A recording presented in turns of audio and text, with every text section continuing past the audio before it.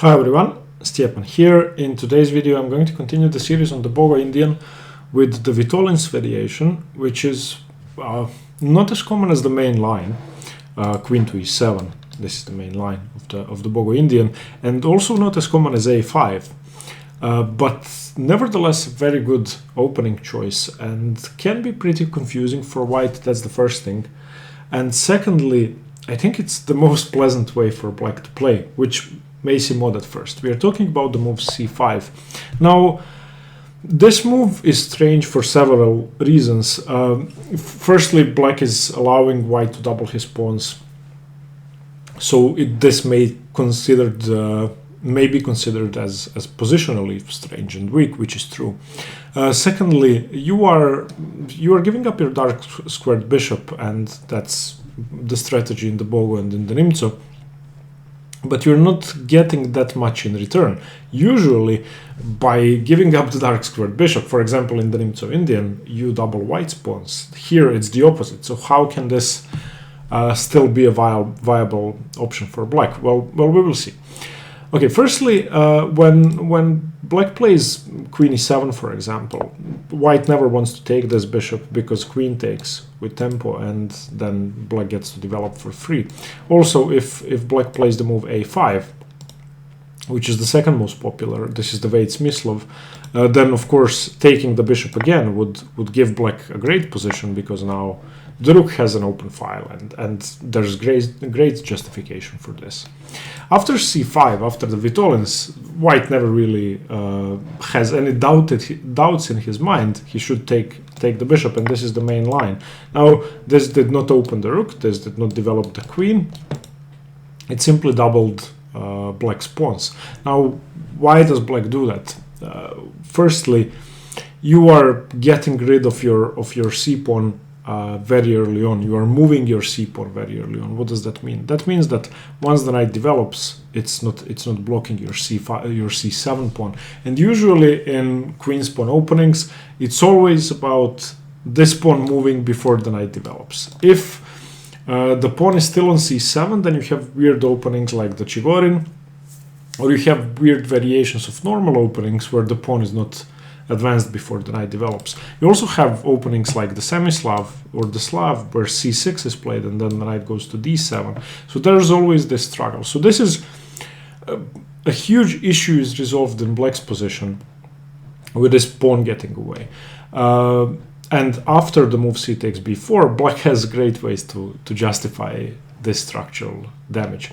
I should just mention that instead of bishop takes bishop, it is possible to play the move g3 or to play the move e3 instead, but those are sidelines. We are going to cover them at the end of the video, and they should happen fairly rarely on anything below grandmaster level, I think, because they are simply not as good for white as the main line.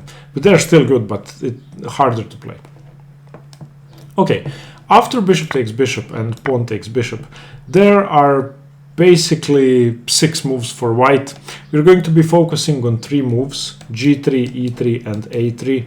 Although a3 should transpose to one of these two, so we'll be focusing on g3 and d3. Those two are very different. I should mention that it's also possible to play knight b to d2, which prepares the move e4, and it should transpose to lines with e3 and bishop to d3. So or e4 and bishop to d3. It is possible to start with knight b to d2, but that's going to be uncommon. It's also possible to start with queen d3, but this is just not as good as the other moves. Queen d3 is of course designed to prepare pawn to e4, same as knight to d2. Of course, knight c3 is impossible, which, excuse me, is another benefit of c takes b4. You take away the natural square for this knight.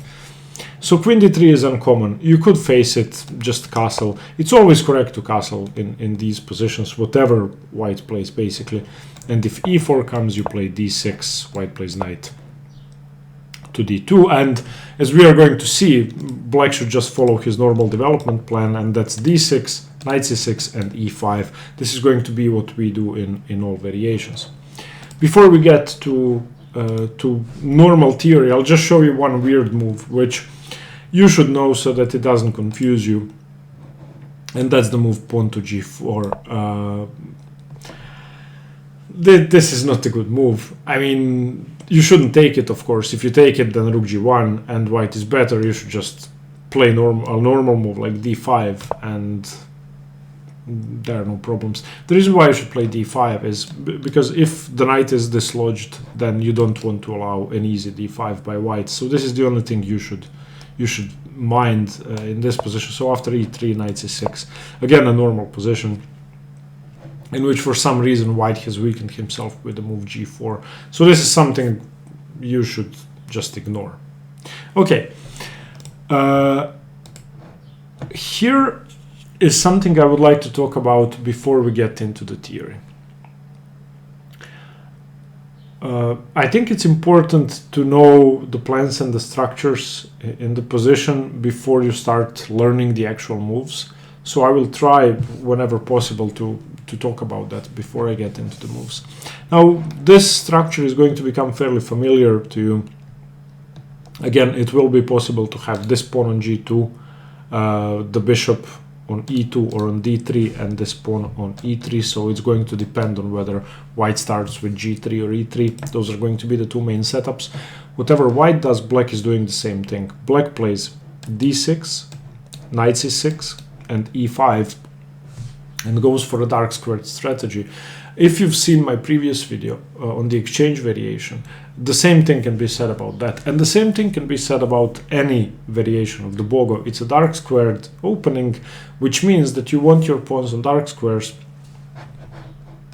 and you want your pieces to control the dark squares as well, which means that having traded your dark squared bishop over here, you're not going to miss it so much, because okay, basically, the more pawns you put on dark squares, the better. And you can even play moves like f6 and g5 and h6. I'm not saying it's always good. I'm saying it would fit in with your strategy. So that's the first thing. This is the pawn structure you are aiming for. Your bishop on c8. Even though it could be considered your good bishop, because your pawns are on dark squares, so it has a lot of room, it could occupy any of these diagonals and be good because it's not blocked in by your pawns. Trading it off for a knight is a strategy that you should always aim for. If it's possible to trade the bishop for a knight, it's almost always good. There will be variations. Okay, I'm going to talk about the main difference of trading versus not trading immediately. If white has played g3, then trading off the bishop for the f3 knight with bishop g4 is always correct. And if you can do it, just do it. Trade the bishop for knight. Why is that?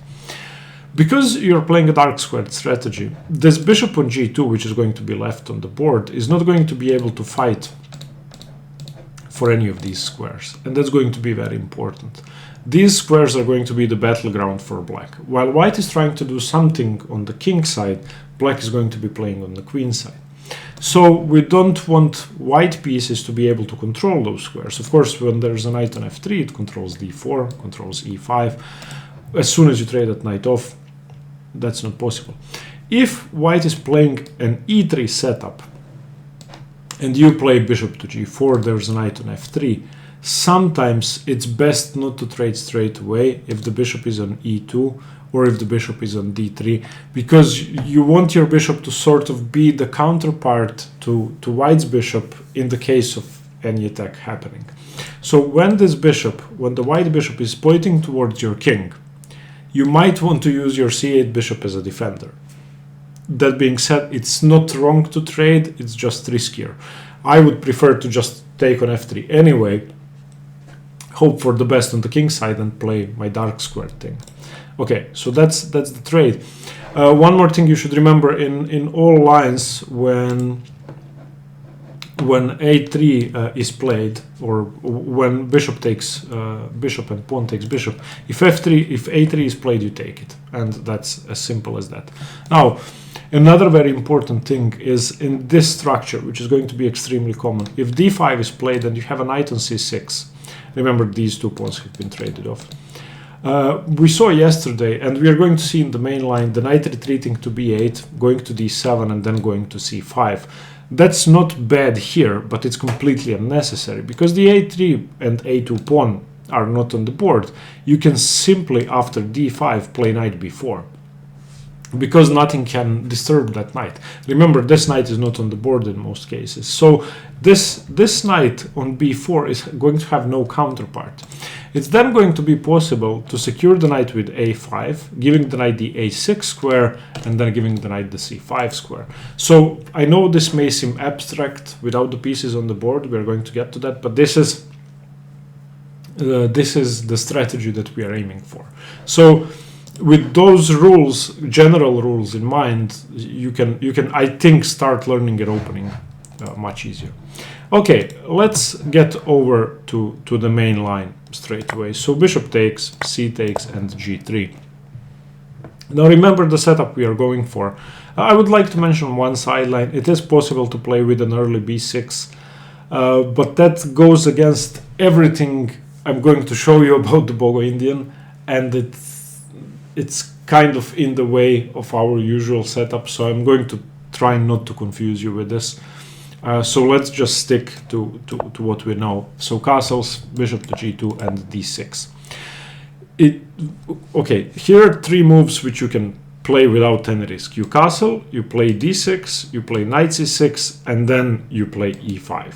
If there are no captures or forcing moves, these 3 or 4 moves are just best if you are playing this setup, and it's the best setup. So castles, knight c6, a3 is the main line here for white. We know what to do. If a3 is played, we take it, and white always takes with the rook, of course, to keep his pawns connected and to give his rook this open file, which is why if d5 is played and knight b4 and a5, there's another benefit of this knight b4 and a5. This rook is blocked. Okay, and now our fourth move. So remember, we castled, played d6, knight c6, now we play e5. It's always correct. Okay, white develops with knight c3, having gotten rid of the pawn on b4, he can now do that. And bishop to g4. We want to trade off this knight. White could try retreating this knight back to d2, but for the moment that loses a pawn. Therefore, he has to play d5. So now if black does nothing, if black plays knight b4, for example, then knight d2 would be strategically fine. Instead of that, we can play an intermezzo move, bishop takes f3. So that's how we deal with this situation.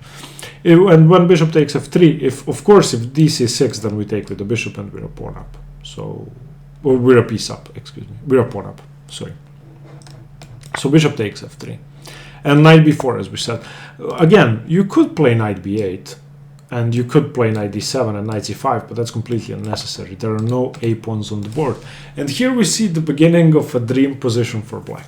Now, I would like to talk about one thing fairly quickly.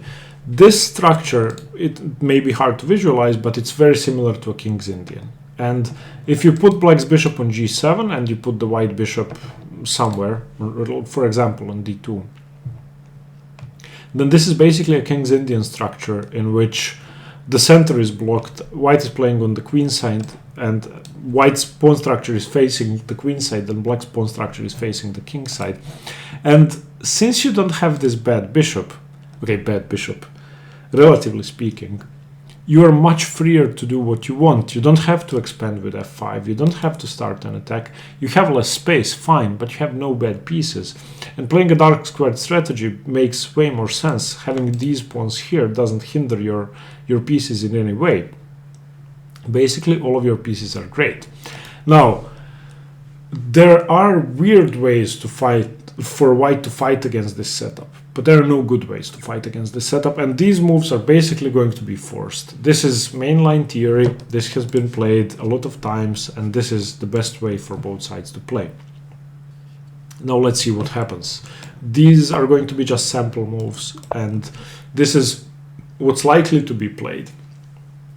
Now, one or two problems black could have, and two things white could aim for. The first thing is plant this knight on the b5 square, which has been weakened by the move a5. Black's antidote should be knight e8, knight c7. If you can do this without losing the d6 pawn, and without losing the a5 pawn, and without allowing b4 when white's rooks are doubled, that's good. So again, this may be a bit too much. Let's say knight b5. And you want to play knight e8, knight c7 and take the knight without allowing rook here and b4. So it may be a good idea to keep this knight on b4 for the moment, to stop b4. And you also want to overprotect d6 somehow. Now, since the knight is on b4, it may be hard to defend d6. So we start with the move b6 first, so that we can move our queen, so that rook a1, rook fa1 is not a double attack on the pawn. And then we can slowly go for our maneuver. So those are the two threats white has, this good knight and b4. Black, on the other hand, has, I think, a fairly easy strategic plan. Trade off these two and have a good knight versus bad bishop position. And that's not enough to win in itself. This is not a winning position for black. This, if you turn on the engine, I'm not going to lie, is plus 0.4. And that's basically nothing. It's almost equal. However, white has more space and it's harder to play white's position. That's not true in the King's Indian. I think in the King's Indian, it's easier to play white. I love playing white against the King's Indian. In this position, I would hate playing white, which is why I think the Bogo is an incredible opening, which I've only found out in the last month or so, especially in the last week or so. It's an incredible opening. Okay, so that's the main line. The alternative pawn to e3 will give you slightly different things to think about. The most important one is trading this bishop off or not. But we do the same thing. We castle. Now white can play bishop e2 or bishop d3. Bishop d3 is slightly more aggressive, and it also provides white with the opportunity to play knight g5 and after h6 to play knight h7. This is going to be a common theme we will see in both 6 knight bd2 positions and 6 e3 positions with bishop d3. That's just a fancy way to trade off this knight for this knight, which, as we know strategically, is not good for black. We want to trade this bishop for this knight. So this move bishop to d3 is going to be annoying because it rids us of our strategic plan to trade off this piece for this piece. Again, I'm sorry if this is a bit too much, but the Bogo is a complex strategic opening. Okay, bishop e2 is the main line though. And this now does not allow knight g5 and here and here. Okay, we play our setup d6, white castles, knight c6, very normal. a3, again, whenever a3 is played, you take it. White takes with the rook, and e5. So again, we played the same 4 moves. We played castles, d6, knight c6, e5. And again, knight c3. Now the only difference in this position is this pawn should be here, this pawn should be here, and the bishop should be on g2. Otherwise, completely identical position. And again, we play bishop to g4. Now, it's not only about trading, it's that this bishop objectively has no better squares. Here, when the white king, the white bishop hasn't fianchettoed, h3 is a good move, posing a question to this bishop. Now, as I said, trading could be slightly risky. So bishop h5 is the main move. So after, for example, queen to d2 and rook to e8 and rook to d1, the game continues. So this bishop is a good defender now. Since this bishop is not facing the queen side, it's actually here where it can do a lot of harm. This is a good defender. It is possible after h3 to just take, and it's not bad. This is not bad. And again, you can do the same thing. Again, d5 in this position is not going to be a good move for white because it blocks in the bishop, and the bishop doesn't have as much freedom as in this pawn structure. And the game goes on. Black has a similar strategy. You want to play for dark squares. It may be good to continue with the moves like queen c7, rook b8, maybe knight b4, maybe a5, maybe b5, maybe a6, b5. You wait to see whether white plays d5 or takes. This is going to be the main branching.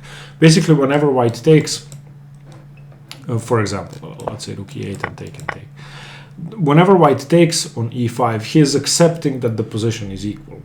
even though white has a light squared bishop, there are really no prospects here for either side. Okay, if white starts with the move a3, this is another sideline you should know, then of course it's again correct to take, and he should again take with the rook. And now we castle, white plays knight c3, for example, we play d6. Now white can still do both things. He could play g3, bishop g2, or e3, and we transpose to one of the two positions. I don't think there are any other transpositional tricks or any real advantages to starting with a3. I think it just simplifies matters before white commits. So it may give black a chance to go wrong before white commits. Okay. The same could be said for knight b to d2. Whoa, excuse me. Starting with knight b to d2, which is a normal move, and usually it goes hand in hand with e3. So for example, castles and e3, these are going to transpose most of the time. I'll just show you the knight h7 trick. So d7, bishop to d3, knight c6, white castles, pawn to e5, queen to c2, and now you can see that this bishop is useful. Now you can see that this bishop could be a useful defender. Bishop to g4 anyway, this is defended sufficiently. And now d5, d5, and knight g5. Okay, and this is now attacked 3 times, so you basically have to play h6 and knight h7. And this, of course, you don't want to lose the exchange. You don't want white to take, so it's correct to play knight takes h7. This has been played a lot of times. Bishop takes h7 and king h8. This gets your king away from the diagonal, so you will also get to play f5 without having to worry about stuff like this. So this is correct. Also it gains the tempo, so the bishop has to move back. Okay, so we could say that in this starting position, these are the two main moves, and then knight bd2 and a3 are going to transpose to those main moves. The other thing we have to look at now is what if white doesn't take? What if white doesn't take the bishop? Well, there are two moves. There's e3 and g3. If g3 is played, you play queen to b6. This is the best move. It's not only about defending the bishop, it's also about putting pressure on this pawn. So you're basically threatening to do something here. Bishop to g2 is a good move. And now knight to c6, d5, attacks the knight, ed5, cd5, and then knight takes d5. So in this position, white has actually given up a pawn temporarily, and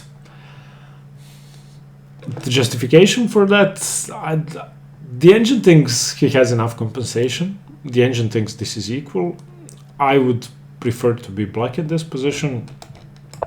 However, white has a lead in development and has slightly awkwardly placed knights. So for example, knight d7, e4, white has a broad center, d6, and black has this weird Benoni backwards d6 pawn, not a Benoni, but a backwards d6 pawn, and there's actually no pawn on d5, so this pawn is going to be an easier target than in the Benoni. So it's a double-edged position, and this bishop is sort of stranded, especially after bishop to e3 is played. So now what do you do? Now you're going to have to play queen c7, bishop a5, bishop b6. So it's a weird strategy, but white gives up a pawn. I'm not sure about g3. The other option is pawn to e3, where queen b6 is not so good because you're not putting pressure on d4. So you simply castle, still giving white the option to transpose. If he does not transpose, then bishop d3 or bishop e2 are normal. You still continue in the same fashion. Knight c6, knight c3, and if a trade doesn't happen, if this knight develops, then you can simply play the move e5 here, and after d5 have a very pleasant closed position. Knight e7, for example, queen c2, you can snap this one off if you want. You can wait for the knight to move. This bishop is not going anywhere. If this bishop retreats to c1, then take the knight straight away. Otherwise you'll be in trouble, because this bishop has no future. that this is just a bad position for this bishop. And this is similar to the check Benoni, where both sides are going to be playing for b5, f5 for black, b4, f4 for white. So this is going to lead to closed positions, for which I would recommend you watch the video on the check Benoni. This is going to be very similar. Okay, so that's the Vitolins Bogo-Indian. I think this is one of the most interesting openings I've covered this year, or last year, excuse me. And it's very complex, very fun to play, and should be extremely confusing if white doesn't know the strategy behind what he's doing.